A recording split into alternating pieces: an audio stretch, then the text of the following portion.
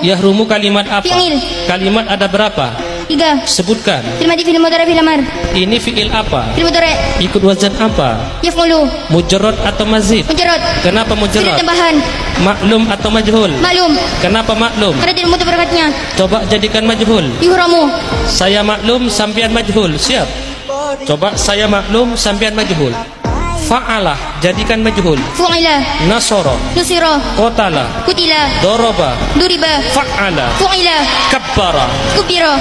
ghayyaba, Duyiba. af'ala, Uf'ila. akrama, Ukrima. aqbala, Ukbila. fa'ala, Fu'ila. syaraka. Syurika.